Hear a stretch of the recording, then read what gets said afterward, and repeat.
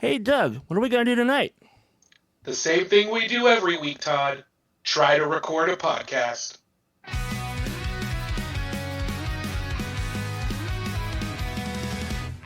brain's a rocket, can't sit still.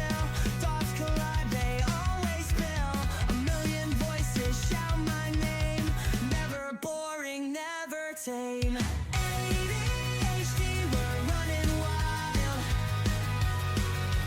Focus fading, chaotic child.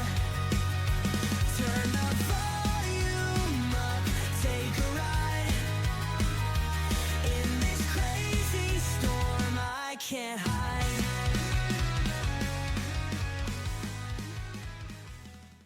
All right, welcome everybody to episode 3 of the ADHP with Doug and Todd. It's the attention deficit hyperactive politics, a couple of neurospicy dudes covering politics and pop culture. Here as always with my guest host Todd. How you doing, Todd? I'm doing good, Doug. Good to be back. And we're always a little rough on this show. We're still feeling things out. We're still getting our feet wet in the whole podcasting Growing world. pains and all that. But I think we got one of the best theme songs in the game. I got to say that much. Yeah. Thanks to Suno.com. So this is a big week. We're recording here on Sunday, April 6th, 2025. Yep. Just got back, or should I say yesterday, we just got done doing the big hands-off protests. I got to go out for my first ever in-person protest. And I know, Todd, you were doing your thing from the virtual protest. Yeah, I was watching it online. I was watching on the YouTube channel. I should go ahead and post that to Facebook. I thought I did, but I might just go ahead and just make sure I did. So. But it was a blast. I brought my wife and my kids, and we had a great time. It was we're out here in Port Orchard, Washington, so a very small town. The protest took place at an intersection, but it was packed. Apparently everyone in town was feeling the anti-Trump fervor, which was kind of surprising for my small little town.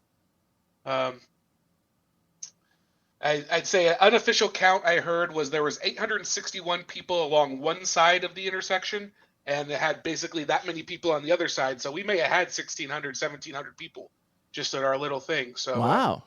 Yeah, way to go, Port Orchard. I'm super impressed by them.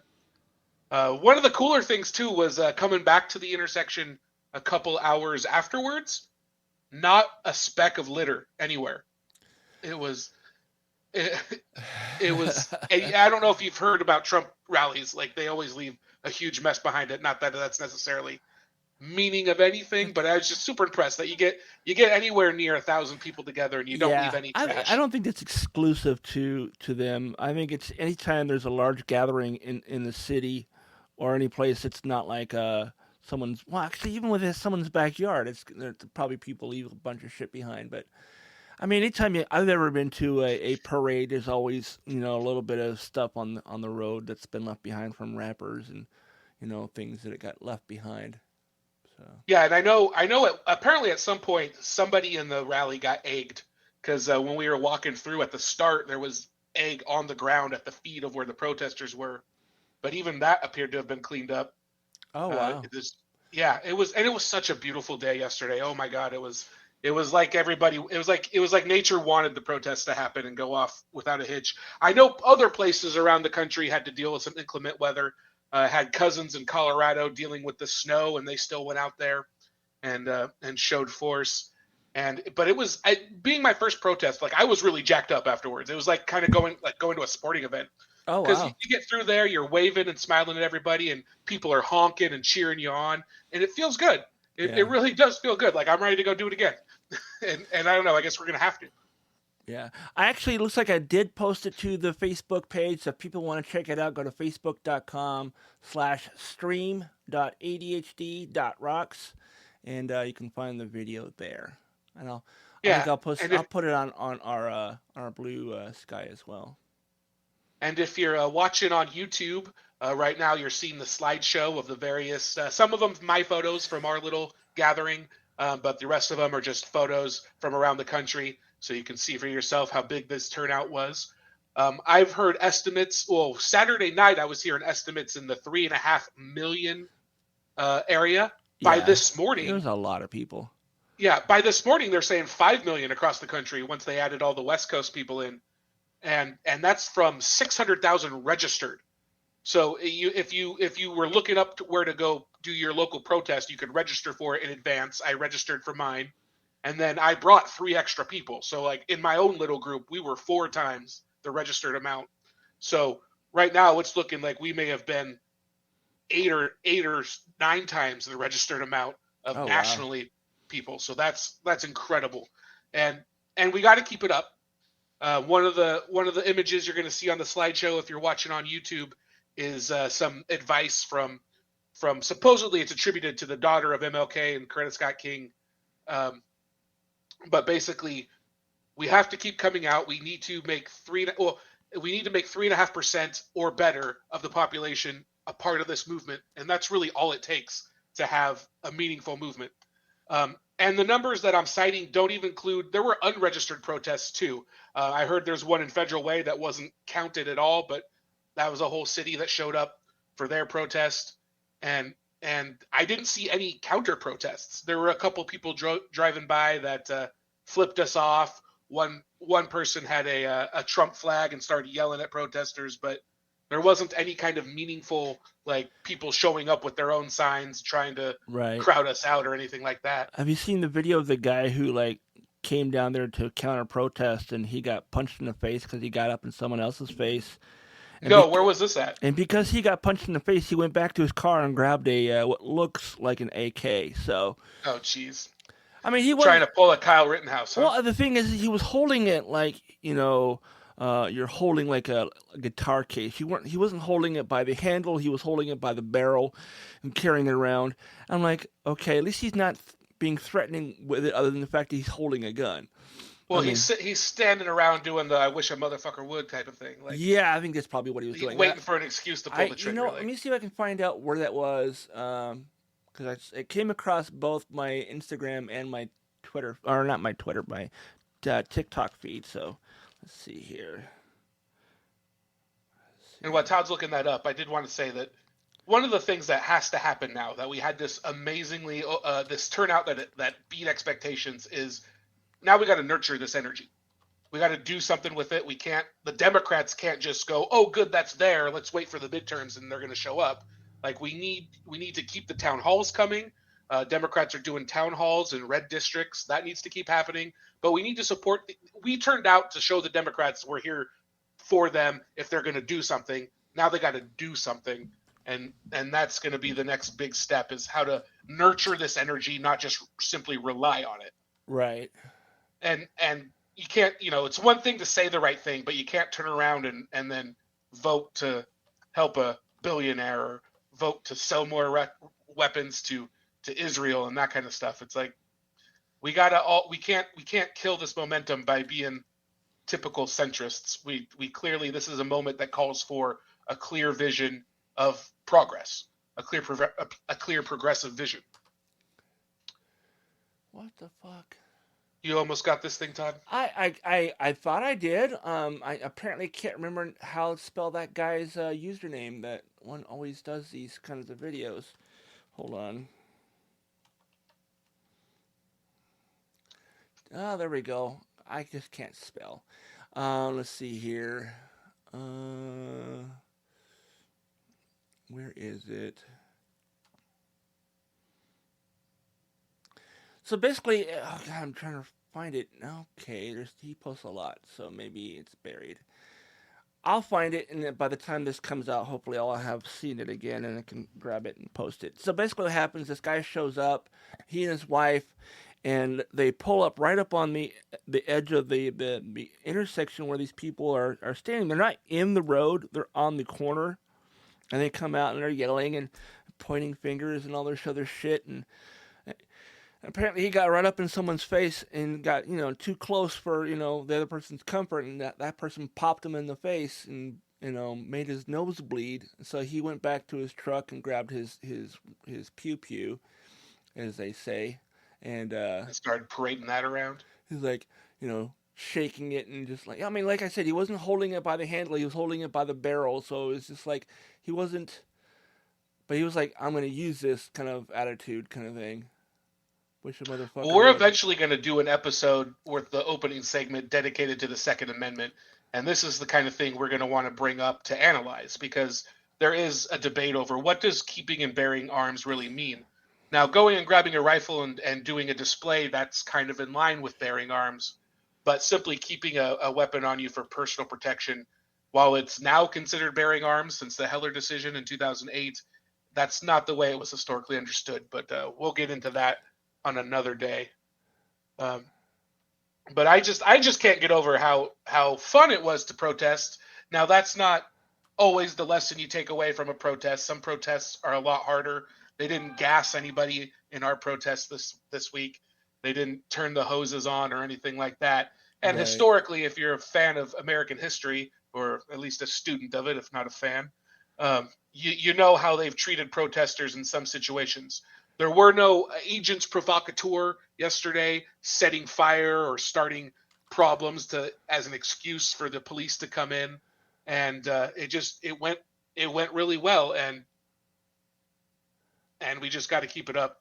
I mean, that's my message is to keep up the be visible, be out there, be seen, and then like we said last week, we're going to say this every week: call your congressman, call your senator, tell them what you want to see, tell them the actions you want taken, because this is what we have to do right now. Is we have to be heard, we have to be seen, we have to let people know that this is not normal, this is not okay, and as long as they believe we're out here and we're going to support them, then then the right people in office tend to do the right thing, right? If they feel like there's backup to do the right thing, then they'll do it. It's when they think that we're not going to support them, when we're just going to skip the election, when we're just going to skip calls, when we're just going to skip protests, that they're like, well, why would I go out on a limb if I'm not going to be supported on it?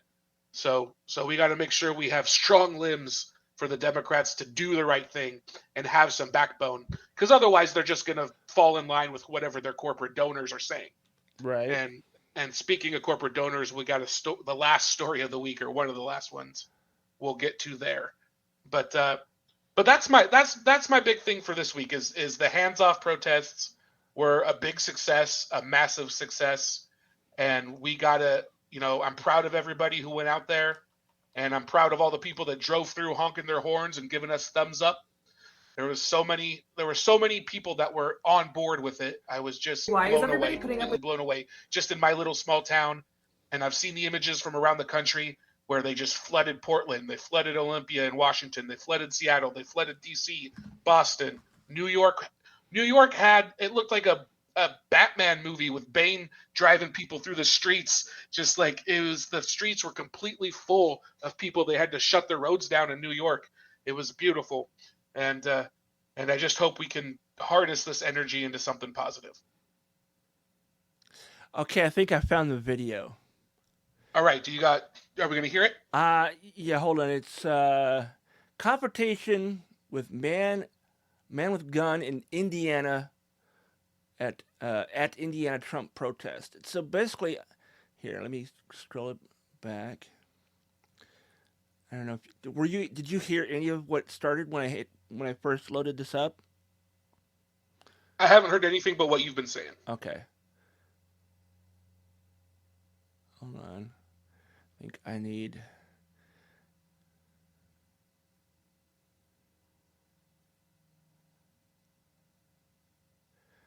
Let's see here.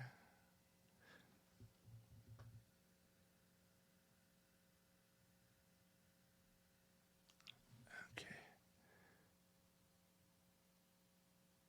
Got nothing now. What the hell?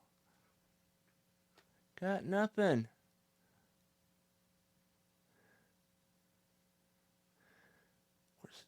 Now that I want it to actually have sound, it doesn't want to do sound. Okay. Well, shit. Let me see if I can pull it up as a screen share.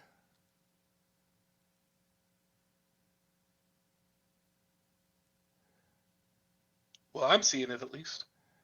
Okay. I'm not getting any sound from it though, which is really weird. You can see that guy got headbutted though, right? Yeah, I saw the headbutt. So who's who in this? Oh, here we go. Here's sound.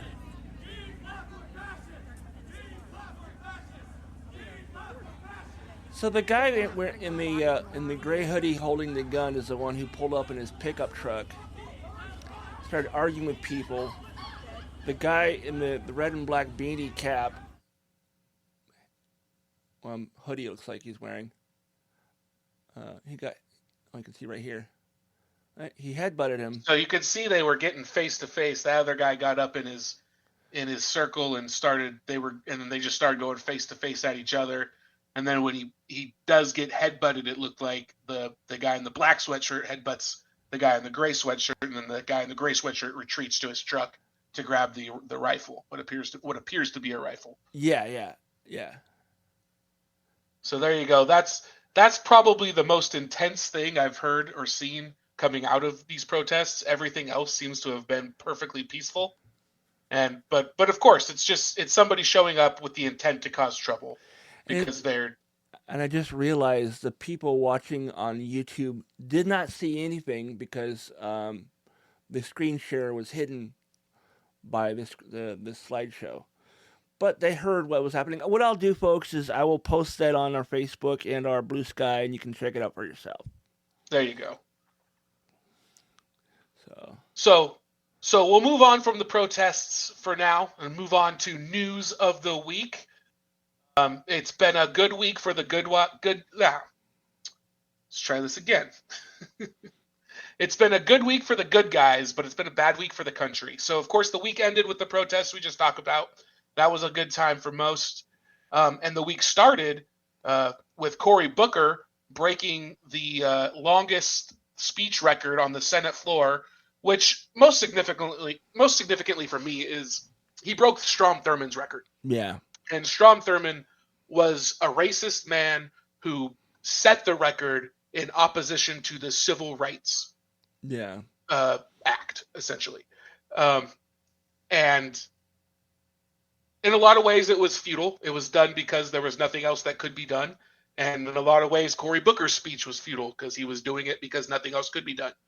But I think there is a poetic justice in the racist record getting overturned by a black man speaking on behalf of losing the civil rights that we had gained the last time the speech was made. So that was, and it felt good to see Booker out there doing it for 25 hours, just standing there and being on topic the entire time. He didn't sit there and read from the phone book or from Wikipedia. He actually was discussing topics that are of concern right now. He wasn't posted up at the water fountain. Right. No, he had a lot of great things to say.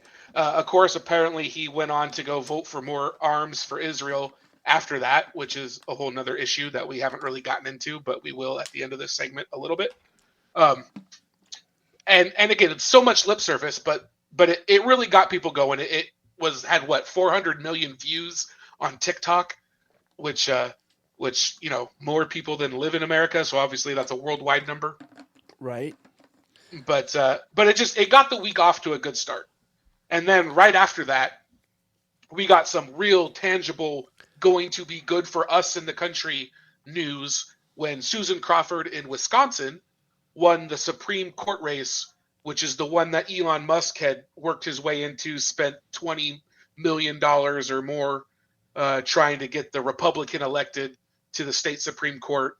Because I don't know if you've paid attention much to Wisconsin politics, but it's bonkers there right now. Yeah. So for a while, they had a Republican governor and a Republican state Congress.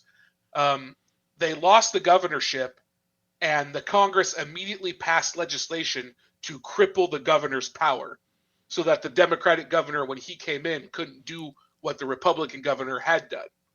Okay. And then they've also continued to have maybe the most gerrymandered congressional seats in the country. And the Supreme Court has set to turn that over, the state Supreme Court. But this was their play to get the Supreme Court back in the conservative balance and keep the gerrymandered districts. So with this win by Susan Crawford in Wisconsin, what we're gonna see fair maps. They're gonna go to like a nonpartisan commission type thing. That's my understanding. We'll probably cover this more as it develops. But the point is, they're gonna have fair maps, which alone could be enough to upset the GOP's like 2-seat majority in Congress right now.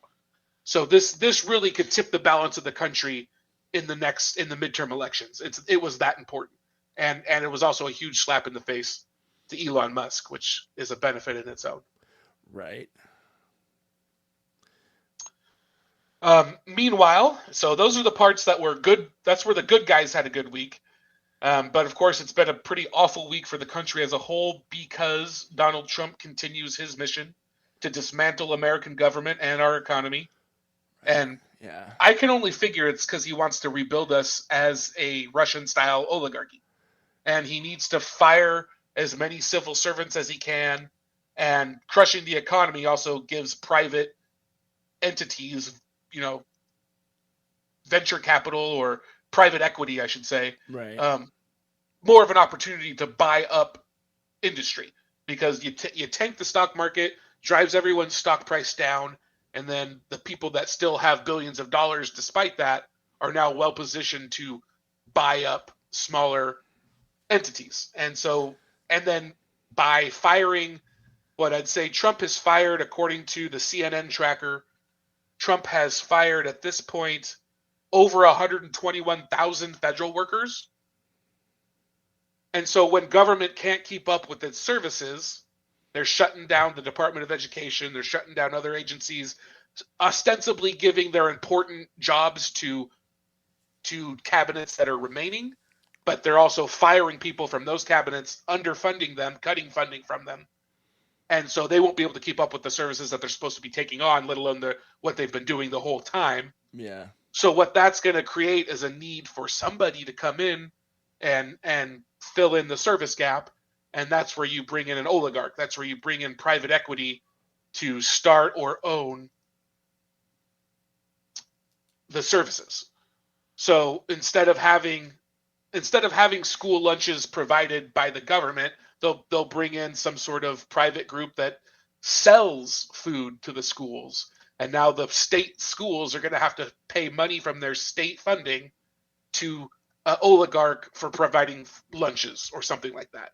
That's just one example. Or maybe it'll be things like SNAP, or I don't know how you could do SNAP and make money off of it, but maybe things like Cobra and those other Medicaid for kids and all the things that are like insurance that the government helps people get is now just going to be more profit based. Everything's going to become profit motive, and it'll be a race to the bottom because of it. Okay, now me being Gen X, when you say Cobra, I'm thinking of G.I. Joes. That's not what you're talking about, right? No, this is Cobra is I can look it up here just to. Because my first thought is Cobra.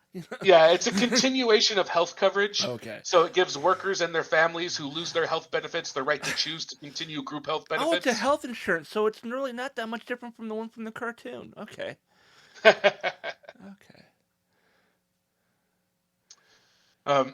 And then, of course, Trump, in addition to firing all these government employees, Trump, of course, had his big Liberation Day tariffs, which, surprise, surprise, they're based totally on fraudulent accounting.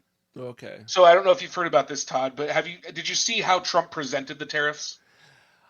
As I understood it, he was saying how the other countries would be paying this extra money on the imports, but as I've been educated by other people online, is that that's not how tariffs work, because tariffs are what the companies who are importing things will pay, and then because they are greedy assholes, they do not pay the extra. They push that onto the consumer. Exactly. So that's not only is he completely misrepresenting how tariffs work, but also the rates in which they determined what tariffs to charge is a fraud. Yeah. So he's saying that these countries all charge us these massive tariffs, and he's saying we're only doing half the amount back to them. We're only doing half the tariff rate back that they already charge us. But what he is calling a tariff rate is really just a percentage of the trade deficit. So Vietnam, for example, we buy more stuff from Vietnam than Vietnam buys from America. Okay. And he's saying that trade deficit difference is effectively a tariff. Okay. And it's nonsense, because how is Vietnam going to buy more? First of all, Vietnam is where a whole bunch of stuff is made, so that's why we buy from them. Right. But how is a country of a certain size going to buy more than Americans are going to buy? Right? Like a country with less money and less people, how are they possibly going to buy more than what? Of course, we have trade deficits with people. We have a bunch of people and we have all the money. Yeah. And so people online figured this out, that they were calling it a tariff rate, and they were really just manipulating trade deficit numbers and calling that a tariff. And a lot of those differences are because, like in the European Union, they have taxes and stuff that add up, and they would basically have to change their entire tax structure in order to meet the demands of the Trump administration. So it's I the whole thing is a sham, and I don't know how long. I believe it's just to tank our economy so that probably future oligarchs can buy things on the cheap. I That's saw really something yesterday that made me kind of chuckle. It's showing these videos of people saying, "Yeah, I bought me a Tesla. You know, I'm supporting our country and companies within our country." And then the person stitches in, it's like, "Yeah, except for one thing. The car you bought, the version of the Tesla you got, is actually made in Asia." So, good luck with that. And so it was like the Model S apparently is made in no, not Asia. It's made in China specifically. So, and I'm like, okay, well, I mean, Asia's correct. but I think they said China, so I was thinking, I was trying to remember what it was and I couldn't. And yeah, this guy was basically putting himself into debt buying this car he could barely afford, because he wants to support the United States and companies that originate here. Never mind the fact that what he's buying is actually not made here. It may be made over there, but it's assembled here. And that's what I was going to say, is a lot of vehicles that are quote unquote American made are American assembled. They assemble them here, and that's part of deals with the unions, is that they still need to be assembled here. But the parts all come from all over the world. So cars are definitely going to get more expensive. I don't know if you plan to talk about this later, but we know the Nintendo Switch 2 was just announced. Yeah, I actually just heard about the cost of the two this morning. Yeah, it's quite a bit more. Yeah, well, it's going to be $450 MSRP, and that came out like the day before the tariffs, right? So we don't even know. Yeah. What could happen to it? They say in Canada it might be twice as much. It could be $900 for a Switch 2 in Canada. I mean, I don't own any modern consoles. I got myself a PC about a year and a half, 2 years ago now, and I bought a pre-built gaming PC, which is the first time I've ever done that. Usually, in the last 20 years, if I had a tower of any kind, I built it myself, but I haven't been into the hardware side of computers for a very long time, so I had the money to get myself a decent machine, and that's what I did. I could have saved myself some money and built it myself. I just didn't want to do that. So, yeah, I've had lots of friends build their own PCs over the year. I'm like, that's nice for you. Just tell me what I should buy. I mean, I want it to work when it shows up. I mean, the thing is when you build a PC, you save money. Number one, two, you have a better knowledge of how things work, and then when it starts working properly, you know what to fix and what to replace. And which is very true with this computer. It decides randomly. Hopefully, it doesn't. And of course, now that I'm saying this out loud, I'm like wishing I hadn't mentioned it because I don't want to jinx myself. It decides to randomly shut itself off. It just turns off. But it's not warm in here, so I don't think it's going to overheat. That's been like the big thing. I think is what's causing it to shut down. But yeah. So the It's only fitting that we have very sensitive equipment. yeah, and I did have a Switch, the first generation Switch. Actually, I shouldn't say the first generation. I had the OLED version, and I had it for like a year. I played with it for like 3 or 4 months, and then I sat and collected dust for a while, and then I started playing with it again. And then when my subscription to like the online thing ended, I realized I couldn't play half the games I was playing anymore because all the ones that I played required online services, and I'm like, okay, I'm not paying for more online things if I'm not hardly ever using it. So I ended up selling Yeah, it. that's fair enough. Fair enough. Um, but when it comes to Trump and his escapades here, I know this week like the theme from everybody on both sides, like Fox News is trying to explain it, trying to spin why it's good, but even people on his side are saying like, what's going on? What's happening? This is crazy. And then people on our side are just going like, he's so stupid, or he's so insane, or he's just so vindictive that he doesn't really know what he's doing, and he just wants things to hurt. He just wants to hurt people. I don't really follow along to any of those narratives, because from my perspective on Trump, if you've had the understanding that I do of Trump, it makes perfect sense. Everything he's done has always made perfect sense, because I see everything Trump does as being falling under one of three categories. And he's either trying to enrich himself and his cronies, or he's trying to further Putin's global aims, which includes weakening America and its Western alliances, or he's trying to stay out of jail. So, Yeah. and people have pointed out that Trump's been pro-tariff since the 80s. He also may have been a Russian asset since the 80s.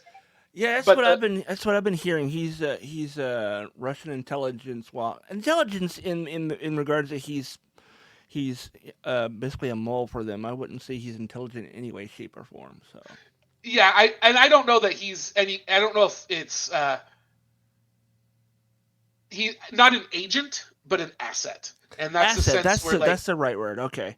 yeah, because there's agents where you have, because like the CIA has the same distinction where there's CIA agents and there's CIA assets. Right. Right. That's what I meant. Famous That's what I meant. Asset. a famous CIA asset is Felix Sater, where he was being used as an informant, and that got him a certain level of immunity to at which he used to run real estate schemes. And the idea was that he would be informing on the people he's doing these schemes with. But ultimately, he just tried to do them to enrich himself, and he got himself in trouble over it. Yeah. He was involved in one of the potential Trump schemes for a Trump Tower in Moscow that never came to fruition. And it's debatable whether Trump was really on board with that, or if Felix Sater was trying to trap him in something while pocketing a bunch of money. But it's possible. But my worst fear actually is that Trump is like this guy, where Trump was given like CIA protection from the 80s in order to spy on Russia, and that's why he's so brazen in everything he's been doing since the 80s, because they can't unveil his status, and he's actually just reporting back to the CIA and getting away with all this crap. Right. But more than likely, I think it's the other way, right? Because he's doing too much now to further Putin's global agenda. And what I believe happened with Trump is that he is a con man, Oh yeah. and he pulled too many cons to the point where American banks, now this is true, American banks will not loan to Donald Trump. At least prior to him becoming president, they wouldn't. I don't know what the situation may be now, but he could not get a loan from an American bank because he pulled too many scams. So he had to start relying on foreign money, particularly like Russian money, potentially Russian mafia money, doing a lot of money laundering programs, which Deutsche Bank appears to have helped him out with. We don't know exactly what's going on there, but Deutsche Bank would give him loans when nobody else in the world would. And and they were trying to. One half of the bank was trying to say that they didn't know what that other half of the bank was doing, and it was all just, oh, we didn't realize what was going on. And Deutsche Bank, of course, got, I think, indicted for money laundering. So I think this is all connected in a way. But what happens is Trump gets himself in debt to Russia. And they also must have some level of compromise. I assume they have some level of compromise on him. We heard stuff in the Steele dossier back in 2016, some of which, anything that from the Steele dossier that has been proven to be true. However, there's lots of stuff in there that's just never been proven one way or the other. But it insinuated that Russia had compromise on Trump.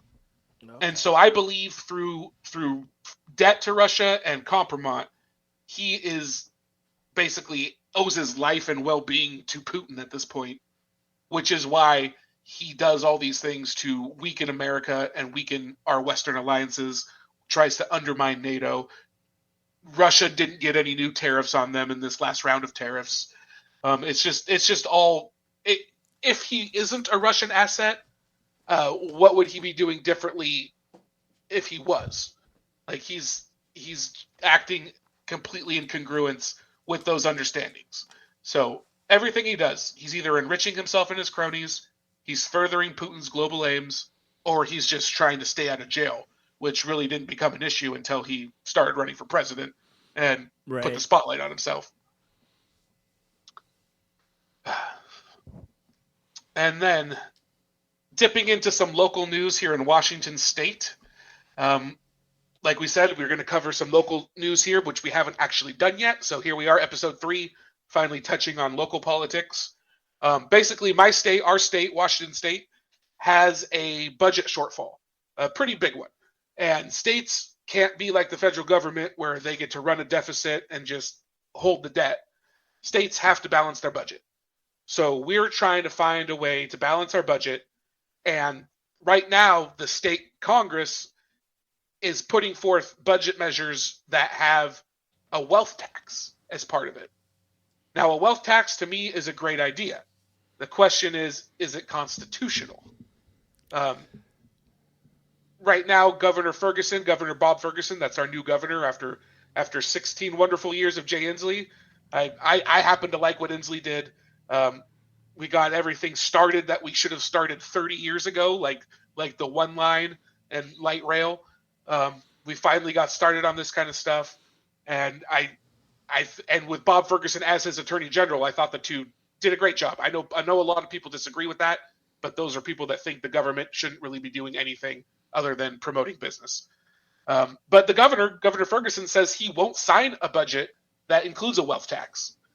And the thing about our state is we don't have a state income tax. We are a sales tax state. And a sales tax state is the most regressive kind of tax you can have. So how do we balance this budget without a wealth tax and without an income tax? It means you're cutting stuff. So I am relieved to see in this most recent article that we'll link here that Governor Ferguson does say he's potentially open to a small wealth tax as sort of a trial balloon to see if it'll hold up in court. But I have a feeling, based on all his fears of the wealth taxes, his wealthy donors, he's afraid of chasing people like Bill Gates out of the state, is what he's afraid of, I think. And that to me just goes to show you why we need a national wealth tax, so that people can't just move to a different state to avoid it. Right. I agree with you. I think that, and I think we mentioned something about this last week too, right? But I mentioned that I think it was like the daughter of Roy Disney, which is the younger brother of Walt Disney.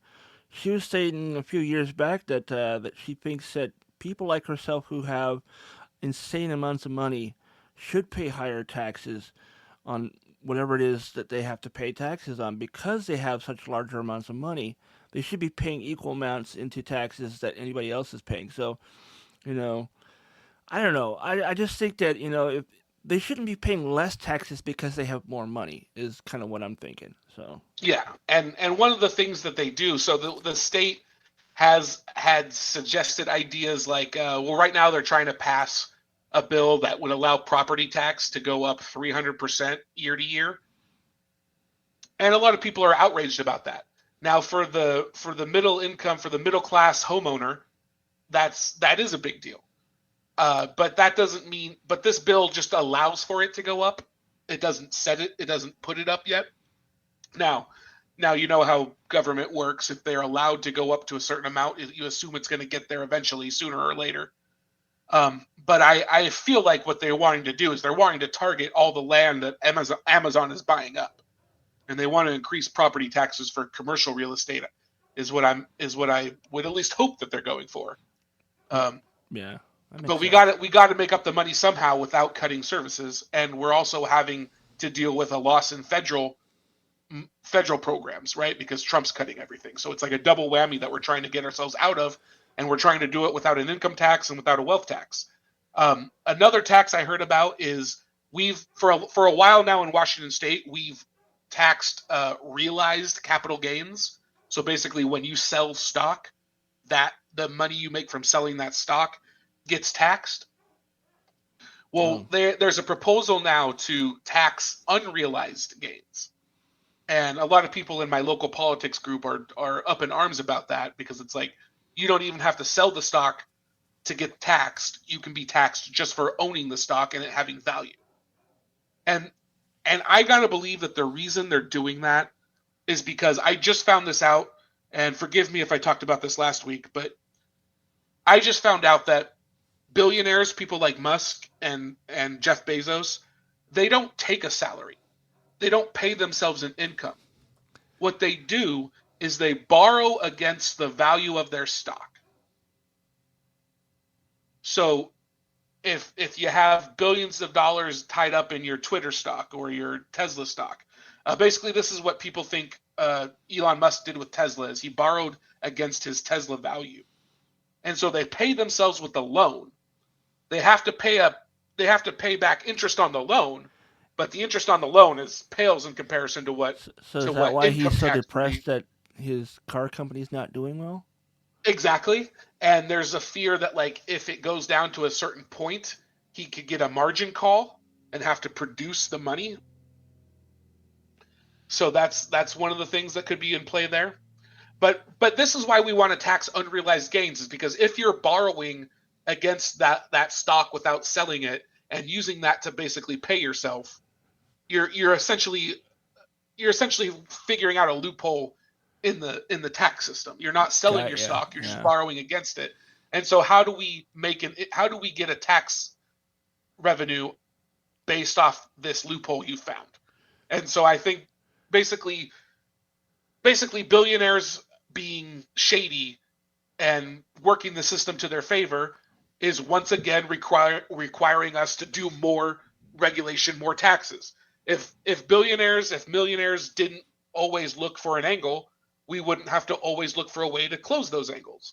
Right. So we need, and once again, this falls into government needing to be big enough to do its job. And so you don't want bigger government? Well, quit allowing private citizens to get so big that they can own people, and that they can skirt the system. Yeah. So I'll be tracking this to see how we close this budget. What are we going to do? Are we going to do a small wealth tax and see if it holds up in court? And then if it does, what happens from there? It's going to be an interesting thing to follow. And the thing I said about the daughter of Roy Disney, I think Bill Gates actually said something similar. That he's like, I make enough money that I'm okay with paying extra taxes because I want to be able to help my, I want to help the people in my neighborhood, in my state, in my country, and I think that's one of the reasons why he gave so much money, and he has given so much money for a long time to Washington State Special Olympics. I remember when I was in high school and I was doing Special Olympic events, there were so many items that were like, well, where do we get all this stuff from? Oh, then Microsoft donated it. It was like, really? That's cool. We had like each of the athletes was given like a small igloo cooler, not like the lunch pail size, but the ones a little bit bigger than that, And instead of saying igloo on it, it said Microsoft, but still, it was a nice cooler. I had that thing forever. Well, and one of the reason corporations do that kind of thing is because it's a tax write-off. Donating these things is a tax write-off, and that's another benefit of high taxes, especially if when it comes like an income tax or a corporate income tax. You can lessen your tax load by doing stuff for your community or by reinvesting in your company. When you have an income tax, it's like, oh, do I want to pay myself up from my profits, or do I want to reinvest my profits in my company? Do I want to pay myself, or do I want to hire more people, or do I want to buy everyone a new computer, or do I want to upgrade our infrastructure? When taxes are low, especially the federal income tax right now being all-time low, that's a window for people to pay themselves. Oh, I don't have to reinvest in my company right now. I'll just pay myself. Yeah. Because this is the lowest income taxes have ever been. So I better pay myself as much as I can now before they raise that rate. We have to raise the rate to close the pay window. Right. We don't it does not do the economy any good, and by the economy in this case I mean the people. It doesn't do us any good to allow billionaires and millionaires to just pay themselves. What That's not how a business helps the community. Right. A business helps the community by reinvesting in itself and in the community, which is things you can do to avoid Absolutely, taxes yeah. if taxes are high. Do you think that if Tesla were to kick out Elon Musk, that would allow their stock to go back up? Oh, if they act like, the thing is, as long as he owns it, as long as he's a majority shareholder, how do they kick him out is the thing. Oh yeah, I didn't And even think about that. I was just thinking that they could just like, no, he's no longer part of our company. We don't claim him. yeah, you'd have to find a way to essentially do a hostile takeover, I mean, which means you need someone with even more money than him, stocks, which is the stock prices have gone down enough that he if you give him enough money, he would probably sell it. yeah. I don't know what the economics of that decision would be for him, because Tesla is such a brand thing for him.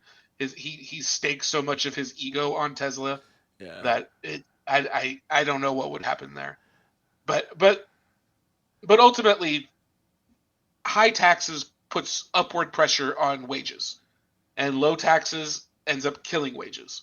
Yeah. And as we've cut taxes, as we've embraced trickle down theory, right? I saw the stat this week that 50 years of trickle down economics has turned millionaires into billionaires and the working people into the working poor. Right. Right? All it's done is increase the gap. It Yeah. trickled down. Like, to me, the name trickle down was always like, it's Sketch- right in the name. It's only going to trickle down. You can't live off a trickle. Yeah. Yeah. No, I always thought that sounded sketchy as fuck. So maybe not knows exact words, but I always thought it was kind of like, okay, there's something not right about it. Yeah, well, the first time I heard the term when I was like a teenager or so, I was like, that must be what like Democrats call it, trickle down economics. But it's actually the freaking Republicans that they embrace it as trickle down. They think they're like, no, it's good. It'll trickle down to you. But just a trickle ain't enough. The value of the worker is far more than what he receives. And the stolen labor, the stolen value of labor is absurd. Yeah. So we'll get to our last story here. And of course, I saved the worst for last, because we'll move to our palate cleanser after this. But Yeah. we haven't really we've been focused mostly on America and Washington State here. But one of the big things going on in the world is the continued genocidal actions of Israel against Gaza and Palestinians. Yeah. We condemn violence against anybody, but at this point, Israel is doing so much more in terms of a magnitude of killing that it's not even close to considering it a fair fight or an eye for an eye. We're well beyond an eye for an eye. Israel, as far as I can tell, Israel was waiting for an excuse to go all out on Palestinians, and they sat around on a tragedy keg waiting for it to blow, and then when it blew, they were prepared. They already knew what they wanted to do, and they just started going in and killing a lot of innocent civilians. Yeah. And most recently, they killed 15 medics in Gaza, these were medics in medical vehicles with their lights and sirens on, going to the scene of an attack to help injured people. And as they came up on, I don't know if it was an Israeli checkpoint or something, but the Israelis opened fire on them and killed 15 of them. One person that was survived was pulled out and handcuffed and beaten with the butt of guns. And Israel's first response was that these were insurgents, and they tried to name an insurgent and his henchmen that they had killed, but none of the names match the people who actually died, and none of the accounts can prove that there was any kind of Hamas insurgent included with these medics. And it's just like when they blow up a hospital or they blew up a refugee camp and they claim that Hamas was in the basement. And they do this as if that even if it were true, would it justify it? It's like if a terrorist takes a hostage, is it okay to just shoot the hostage as long as you get the terrorist too? Yeah. I mean, is that in terms of your understanding of how this should work? Is that what you think should happen? Is like like say inside a bank robbery and the bank robber grabs a hostage and puts the gun to their head. Do the police just shoot through the hostage and get the bank robber? Only in the worst 80s action films has that ever happened in my mind. You shot me! Yeah, but I got him too! Right, but I'm not just talking about shoot him through the shoulder to get him in some sort of expert shot. Right. I'm talking about you just completely, like, you shoot an RPG into the hostage to make sure you get them both. Yeah. Right? Like you don't do that. And let alone a whole hospital full of people just to get somebody in the basement. This is why you don't recruit people from Call of Duty. Yeah. No, and that's part of the story is apparently when they were beating on this one survivor from the Gaza medics, another Israeli soldier came over and pulled the two guys off and was like, "These guys are crazy." It's like you're letting the crazy people take action and then you're pulling them off. They are really trying to be terrorists back at them. They're trying to terrorize them back. Oh man. This is my sad thing about Cory Booker is right after he did his 25 hours. Apparently he went and voted for more arms for Israel. Yeah. So that's what I mean about not spoiling our momentum. We need to nurture progress, not walk it back every other second or every other time we're mentioned in the press. Yep. So that's where we're at for this week. There was a lot to be happy with this week, but it's still not good times. We are still in very interesting times. And it's not going to be normal again for a while. Yeah. So we've got to buckle in. We got to bear down. We're going to pay attention to as much as we can. But in the meantime, let's cleanse our palates, don't you think? Oh yes, I have. Let's get into some what's the Minecraft movie week. is about. So I saw this video clip today from 3C Films. It was on their Facebook. Or excuse me, their TikTok about the new Minecraft movie, and he basically showed video clips of just an unruly audience. People were throwing things. It turned into like the Rocky Horror Picture Show, but for Minecraft. And there was a lot of people who were not happy with this. I'm just trying to watch a movie with my kids. Can you sit down and shut up, please? Calm down, bro. That kind of thing. And it was, this is one of the reasons why I stopped going to movie theaters is because people just don't care when they're in the theater watching a movie. They are on their phones, they're talking, they're being loud, they're not paying attention. I was going to play the audio from this clip. I think what I'm just going to do is I'm going to share the video on social media, and you guys can check it out for yourself. But yeah, it's the movie itself is done really well for its opening weekend. Let me pull this up here, And the movie Yeah, we start. almost took the kids to it after the protest yesterday, but It's I think it, we were all just too tired. it's Jason Momoa and Jack Black are the two male leads in the movie. And I don't remember the female leads' names.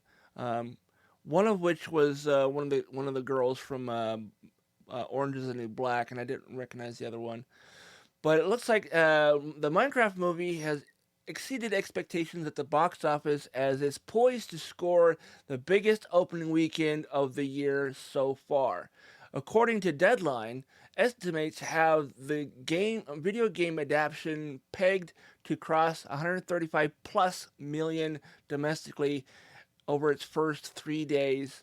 Some believe a Minecraft movie could earn somewhere in the range of 145 to 155 million. If it's able to get that high, it could break the record for biggest opening for a video game adaptation, topping 2023's The Super Mario Brothers movie, which got 146.3 million domestic as it stands right now. The Minecraft movie is going to clear Captain America Brave New World's debut, which is 88.8 million by a considerable margin. And that's what it said on comicbook.com. Do we know what the budget for a Minecraft movie is? Let's take a peek here. Pull up IMDb. It should have that kind of shit, right? Let's see. Because that Mario movie was a huge thing because I think people even in our generation who had Mario in the 80s were like, Yeah. "Oh, I'm going to see it." Yeah. And but a Minecraft thing is, I mean, it's just Minecraft is such a huge part of kids' lives right now, and it's what they watch when, like, my kids, if they aren't playing Minecraft, they're on YouTube watching other people play Minecraft. It's such a part of their culture, and it has been. Even my nephew, who's 13, 14 years old now, he's been a Minecraft kid since he was 4. I don't know if we talked about this or not, but I got sucked into playing Minecraft about 10 years ago. Yeah.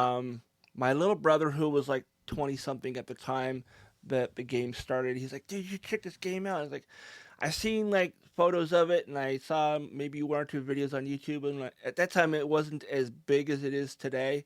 I was like, nah, it looks stupid. I'm not gonna watch that, or I'm not gonna play that. And then I got a demo for it on uh, on Xbox 360, and I got hooked. I mean, I plugged it, I installed it. I didn't buy it. I played the demo, and the demo wouldn't allow you to save anything. So I just kept the thing going. I didn't turn off my PlayStation, or excuse me, my Xbox for like 3 or 4 days. Yeah, it's one of those games where you really have to play it to get it, because you take a one look at like a screenshot or something and you're like, what is this from? Is this like a 1991 PC game? Like, what is this? And then Right. you play it and you realize there's so much creativity to it. It is the most sandboxiest of sandbox games. Yeah, and I like it for my kids because, one, it requires reading, and two, it's so creative. It's, if your kid's going to be an architect one day, if he's going to if he's going to be a scientist one day, if it's there are things in there for the kids to do, and Yeah. it's so popular that, like, Fortnite created their own version with Lego, and it seems like, and Roblox came on with their own thing, and Yeah, it's yeah. it's it Well, spawned a million knockoffs. it's what's really funny is, like, people look at it and think it's just a simple stupid game. There's way more to it than what you see on the surface level of it. Um, that's what I experienced anyhow. And it was like, and when I first really got into it, um, it I discovered that there's a thing in the game called of course, as soon as I start talking about it, my brain goes nope. Uh, red dust, I think. I don't know. This red stuff and it's basically like it works as like copper wire. So you can use this you can use this to make machines within the game. And then do the bad guys come and rip it all out to try and sell it for meth? Uh, I mean, not for meth, but if for example you don't have any kind of walls or barriers to your machine to prevent things to getting in there, things can get broken. So there are creatures in the game called creepers, and they look like a pile of leaves with eyes, and like little feet at the bottom. And what happens when they get too close You're is, being too kind. These are the things that look like a big green penis, right? y- yeah, I was trying to not be like My son has a stuffed one, and it was his favorite stuffy for a while, and it looks just like a big green phallus with four so balls. the origins of the creeper is that it was a programming error when they were trying to design the pig. So they just gave it a different color skin. Basically it's a deformed pig is what it is. I don't see pig in it at all. That's Well, you look at the feet and you just figure the head and the body got weird, and that's kind of where it went from being a pig to. fair enough. So, Okay. But so they decided to make it a kind of a weird mob where that when it gets close to you, it's like a proximity mine. When it gets within a block or two of you, it will explode and destroy everything in like a 10-block radius. When I mean 10 blocks, I mean actual blocks, not city blocks, not Minecraft blocks. Minecraft yes. blocks. Yes. Yeah, everything in Minecraft is measured. The distance is always measured in blocks. Like you can jump so many blocks given a certain ability Yeah. or that kind of thing. Yeah. And then I'm still trying to find the. I thought it would be on IMDb, the information you were looking for. Now I forgot what you were looking for. The budget for the Minecraft movie. Budget. Oh, that's right. There. Official sites, company credits. No. Yeah, you'd probably have to go to like one of the financial movie websites to see how much it cost. I don't know if they advertise it on IMDb. I thought they used to have that kind of stuff where it would show like the budget on it on the page. Let's see. Just type in the okay. So according to Google AI, the research results has given me The always accurate Google AI. well, I mean it pulls from the results of Google, which is Yeah, I trusted on this one. I Yeah. trusted on this particular fact. it says 150 million with an M. Okay. Well, so it's already going to have made that back in the first weekend you were telling us. Then. Yeah, just a little bit over that. Yeah, Well, that's good for Jack Black.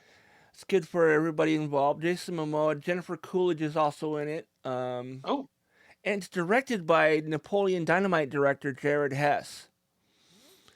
So what has he done since Napoleon Dynamite?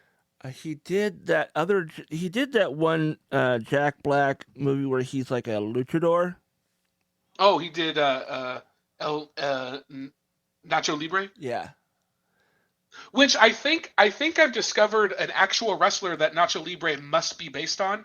I saw a short based on this actual Mexican wrestler whose body type is very much Jack Black, but he's doing all this luchador type moves, flying around, tumbling, and it's actually like he's considered one of the like low key, maybe like really great wrestlers that nobody's heard of. Yeah, I think that's. I mean, I've seen a couple things about luchadors, and I think the average luchador is just Jack Black. But this guy was like same kind of outfit, like the blue shorts and the similar mask. And I know a lot of luchadors have the masks and everything, but this guy, I think if you saw this guy, you'd be like, oh, that has to be who Jack Black was watching when he developed this character. A basic luchador mask with like standard blue tights shorts.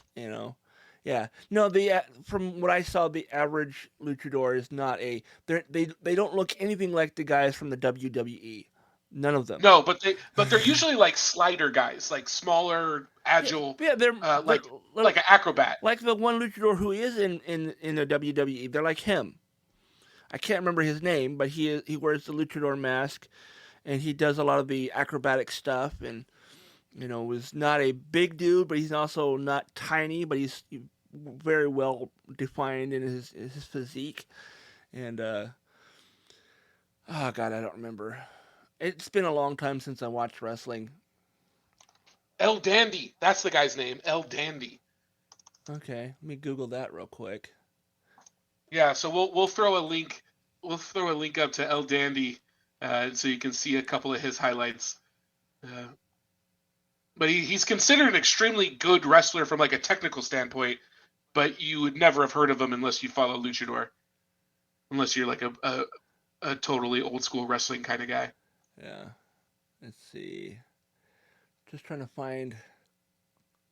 Speaking of shout outs, we haven't done a shout out yet this week. I want to shout out the OSW review. That's Old School Wrestling Podcast. It's on YouTube. OSW review. They're three Irish guys who talk about they started out 15 years ago covering the Hulk Hogan era, and that progressed into the modern era, and they jump around doing TNA wrestling, some AEW stuff, mostly WWF and WCW old school stuff, but it's some of the best YouTube on YouTube as far as I'm concerned.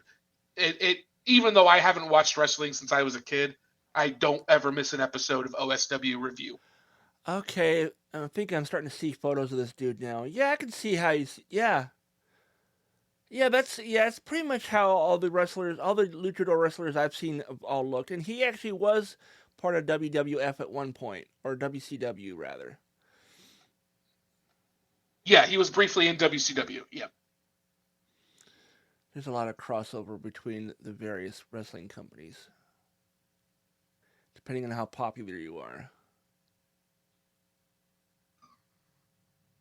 All right, well, do we want to head to our next story? Oh yeah, sorry, I'm sitting there going down the rabbit hole around YouTube, looking at all these photos. The other thing I wanted to talk about is we got a sneak peek, a clip from the new Superman movie coming out later this year. I think in the next couple months, the first of the DCU movies. And in the clip, we see that Superman hits the ground really hard, he got knocked the fuck out, okay? And he kind of comes to, and then he just kind of, you've seen those fights where the guy hits the ground, he's all bloody, and he's just kind of sitting there going, because he's in a lot of pain. What was that sound again? That sound of your soul escaping your body after you got your ass beat. I just wanted to make you do it again. I know. I'm not doing it a second time. Rewind and increase the volume. So he eventually manages to eke out a whistle, which actually is, with the amount of pain he's in, I'm surprised he's able to whistle this perfectly. And it sounds like, what you'd imagine a dog whistle would sound like if you could hear it, right? So then Crypto shows up, and as a dog would when he sees his owner, he's like, "Oh my God, you're here! Where have you been?" Blah blah blah. He's not talking, mind you. That's just his attitude and his demeanor, and he's right. You pick up that vibe from it. He's bouncing all over, Kal-El as he's bloodied and going, "Ouch! Stop! Please stop! Crypto, stop!" And eventually, the dog stops and realizes that his buddy is hurt and he needs help. And he's like, "Home, Crypto." Dog's like, "What?" I mean, he slowly reaches down and grabs his cape and kind of slowly brings it up above his head and hands it to the dog. "Home, Crypto." Crypto grabs his cape and drags him across, I think it's Antarctica, wherever his Fortress of Solitude is. Yeah, where is that supposed to be? I think Probably it's supposed to be the Antarctic. It's where there's a lot of snow and ice and mountains. But that's big. I mean, it's like a 2-minute long clip, right? So, and you see all this, and he gets brought into the Fortress of Solitude, and then you hear. So that first part you were talking about, we kind of saw that in the sizzle reel from Super Bowl, right? Yeah. But it's a much longer clip. But now do we actually see in the Fortress of Solitude this time? Inside the Fortress of Solitude, we see his androids come in and go, "Oh my God, sir, are you okay?" And they all pick him up. Apparently, those voices from those androids are people of note, and I haven't looked it up because I, didn't think of that until just now. And I think one's Danny Tudyk's. Oh, Alan Tudyk? Yeah, what did I call him? Danny? Danny. Yeah, it's Danny now. Yeah, Alan Tudyk. Danny's his evil twin. But, okay, that's cool. I mean, Alan Tudyk is an amazing actor. He was one of the people that was at Emerald City this year that I didn't get to see because the lines were entirely too long. And I would have said something along the lines of, love your voice work, and Resident Alien is fucking fire, dude. It's an amazing show. You know, he's the voice of Hey Hey in Moana, I do, yeah. and all he does is make chicken noises. It's great. Yeah, he's like It's like when George Clooney was the voice of the dog in South Park, yeah. and all he did was just don't bark. don't be gay, Sparky. Yeah. Well, it's funny. I saw an interview with Alan, and he's like, "Yeah, I went to Juilliard, and I'm most famous for playing a chicken." Of course, with our group, I think he might be most famous for being a pilot on Firefly. I mean, there are a lot of people within my friend group that do enjoy that show and like him for that role. I am not one Are of you them. not a Firefly guy? I am absolutely not a Firefly guy. I love it. I love it because all my friends are so in love with Firefly, and I could totally take it or leave it. Oh man, so it literally took me 6 separate tries to watch that series. I mean, I watched it online. This is one of those. It was well after it was off air. I saw the movie. I didn't hate the movie, but I wasn't like, oh my god, this is amazing. You need to see this movie. It was okay. It was good. It was entertaining. It was kind of sad because one of the characters dies, but I finally was able to watch all, was it 12 or 13 episodes, whatever it is. I had to skip the first 4 because every time I started watching the first 4 episodes, I would fall asleep every single time. Yeah, I am not a big. I'd rather watch it as far as Joss Whedon stuff goes. Give me Dr. Horrible's sing along blog any day of the week over Firefly. You can't go wrong with Neil Patrick Harris. So, and I like Nathan Fillion, but I don't care about Firefly. I'm with you. Nathan Fillion, he's another person who was at Emerald City this year, and I wanted to see him again. Line was out the door and down the street. I love The Rookie. I thought Castle was fantastic. I reluctantly started watching Castle because like I don't want to watch that guy. He was on that stupid show with the the space cowboys and the He was the dumb Chinese space cowboy and the Chinese words like woven into English words. I thought that was weird. I don't hate Chinese speaking people. I just think it's weird to just randomly throw in Chinese words into a conversation.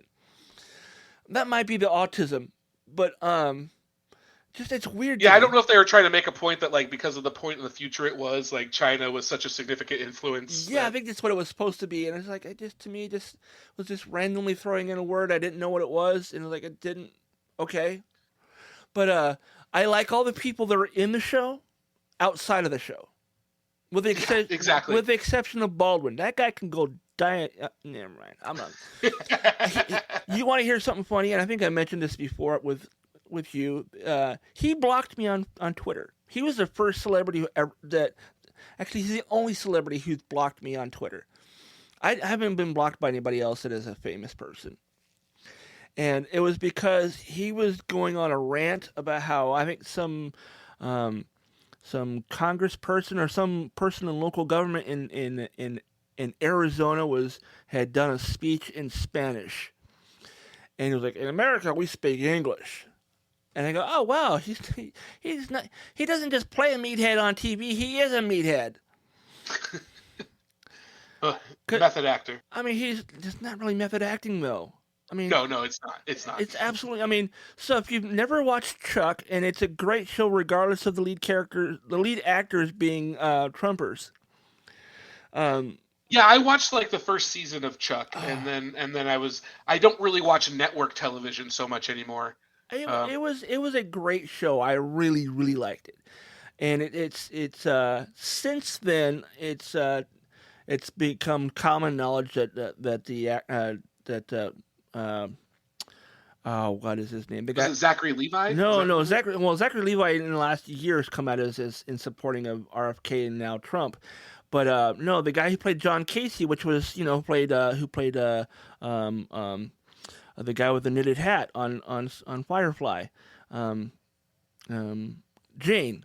Yeah, I'm not familiar. To be honest, I'm not even familiar enough with the character name. Okay, so he plays Jane on Firefly. The guy with the orange knitted hat. He's the muscle. He's the big tall guy who speaks like a Neanderthal, and And so he's also probably known for being in the movie DC Cab in the 80s. Um, he is a Baldwin, but he's not one of the Baldwins. Adam Baldwin is his name. That's what I had to think for. Okay. He's not related to Alec or any of the other Baldwins, but he is somewhere in history. They're a distant relative. But he blocked me on Twitter because I call him a meathead, and Can't have that happening. No. Oh God, what a terrible thing to say, Todd. I mean, Gosh. and to be fair, I still kind of like the show. I haven't like completely written off Chuck because him and Zachary Levi are both bootlickers. So, Fair enough. but yeah. All right, you got another story for us? Yes, how are we doing on time here? We are hour and 15 minutes. I had a couple of teaser trailers that are released now. If you haven't seen them, Megan 2, or whatever the name of the actual... Mithrigan 2.0? Yeah. Megan 2.0, and with the E being a 3, yeah.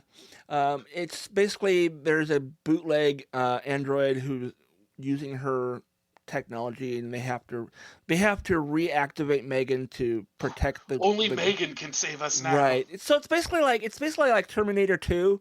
It's like, hey, remember how you tried to kill me in the last movie? Well, now we need you. Somebody else is trying to kill us, so we need your help to save the kid. We have a more advanced robot. Can you come save us? Yeah. It's basically, that's what it is. And then I saw a clip. I don't think I saw the whole clip, but the Tron Ares is the next Ares. It looks like Ares, but okay. That's how you spell the Greek god of war. Okay. Well, I mean, considering it's D-Res was the name of one of the songs off the second album, on the second movie, I just figured it was a reference to like.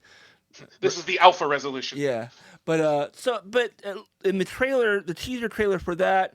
Light cycles come off the grid and come into the real world, and they're going across a long bridge, and they're being chased by cops, and then they ignite their little wall things that they do, and they split a cop car in half.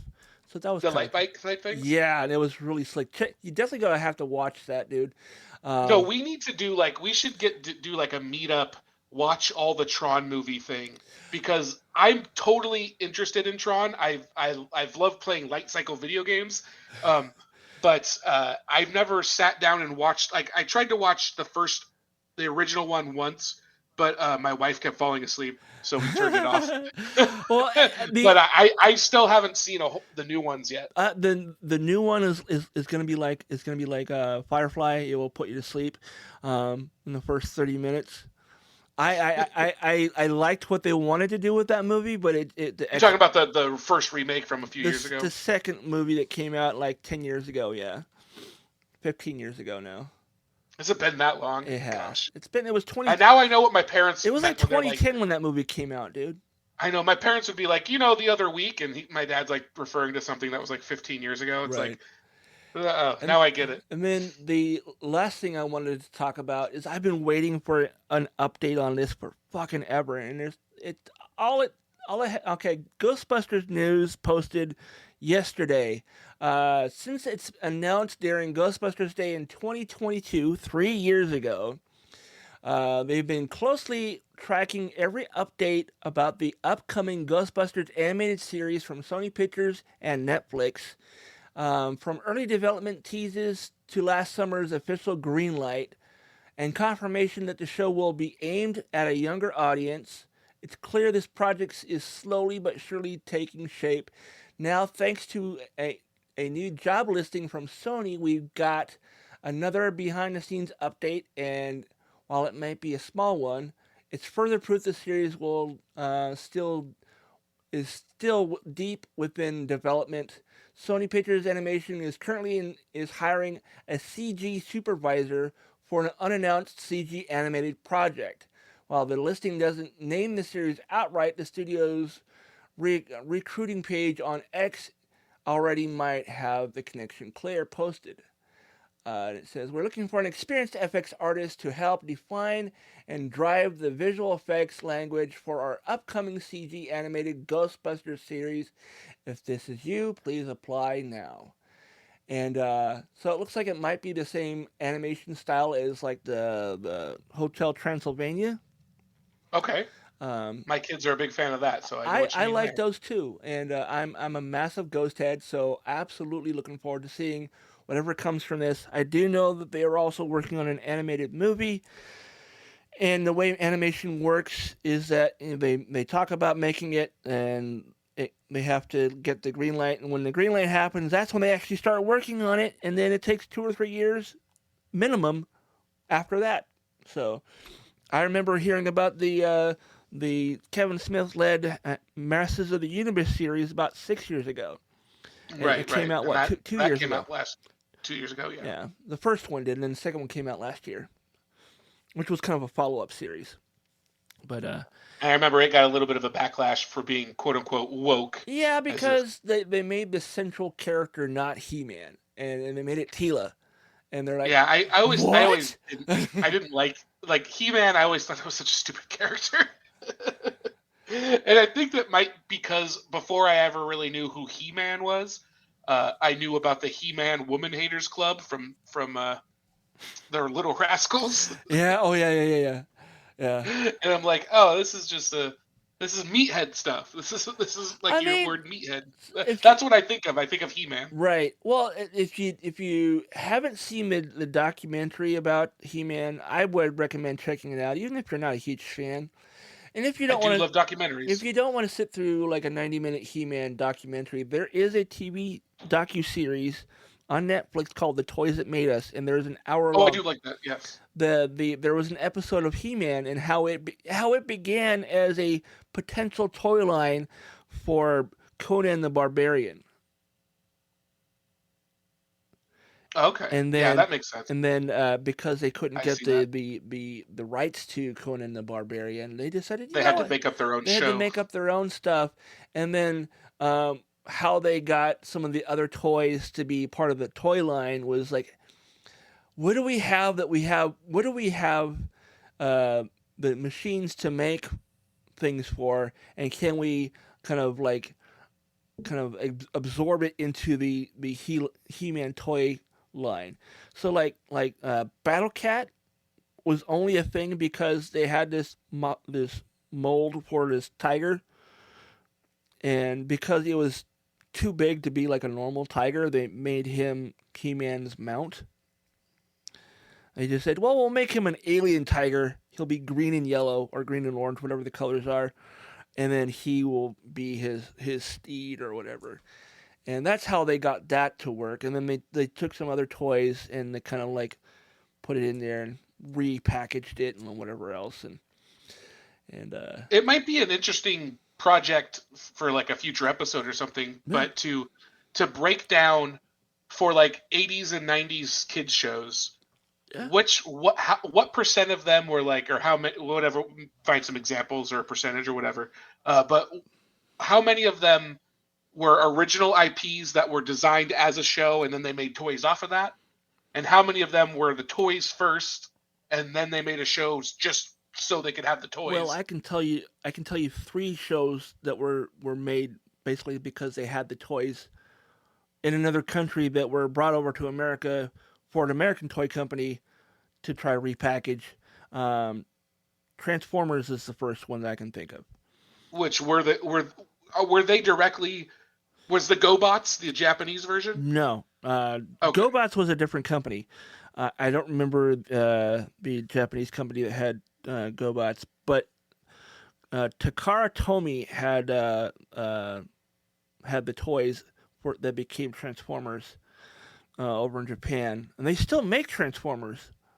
Whenever you buy like import Transformers, it says Takara Tomy on the box, right where it usually says Hasbro. And they usually cost $20 to $30 more, so because they're imported from Japan. Sure, and that's gonna go up even more now. Even more, yeah. I'm trying to think of other toys that became. So basically, with Transformers, it was 3 different toy lines that became Transformers over there in Okay. Takara, and they were like these were toys that were being made in like late 70s, early 80s, like 82, I think, and then like by 83, somebody had saw them at a toy show in Japan and go, ooh, we could bring these to America. We could sell them to a whole new group of kids, and we'll make all kinds of money. And yeah, so if you haven't seen that show, I can't recommend it enough. There's episodes for Transformers, You're talking He-Man. about the toys that made us Yeah, again? the toys that made us on Netflix. Transformers, He-Man, G.I. Joe, Barbie, Star Wars, My Little Pony, um, All the good stuff. Lego. That was a cool episode, by the way. I did a lot of stuff I had never even. I had no knowledge of Lego beyond like they make some cool stuff. Um, like the architect Lego stuff wasn't even something they originally designed. It was a fan of Lego started making homemade kits with just loose Legos or Lego, And that's where they got the idea and for and they doing and actual sets. he presented the idea to the company, and they said, "Yeah, if you want to design them, we'll make them."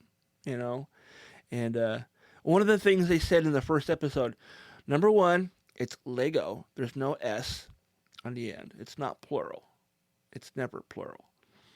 And Except when you're kids and you guys want to go play Legos with your friends. it's still Lego, but yeah.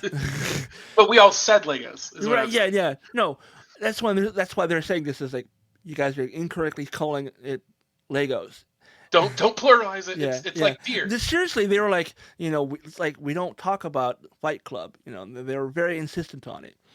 And one other thing is like, oh, and we never intended Lego to be used to be made into weapons. So that's why you never saw. Saw gray Lego bricks weren't gray forever, for a long, long time.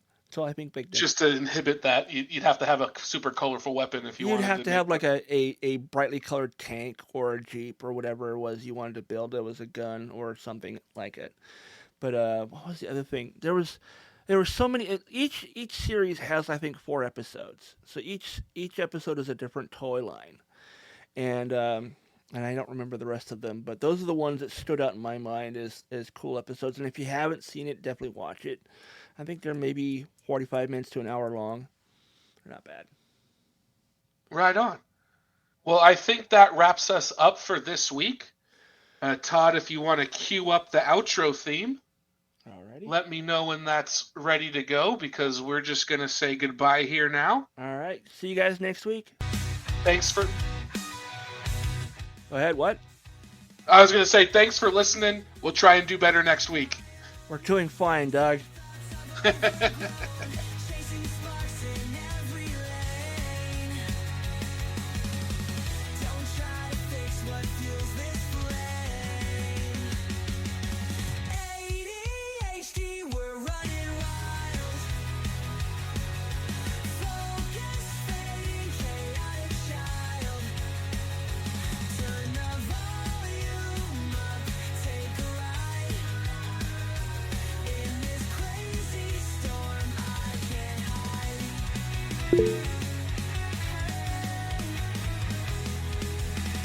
Call me restless, call me loud. Living life outside the crowd. Fast and messy, that's my deal. This spinning madness feels so real. ADHD, we're running wild. Focus fading, chaotic child. Turn the volume up, take a ride. In this crazy storm, I can't hide.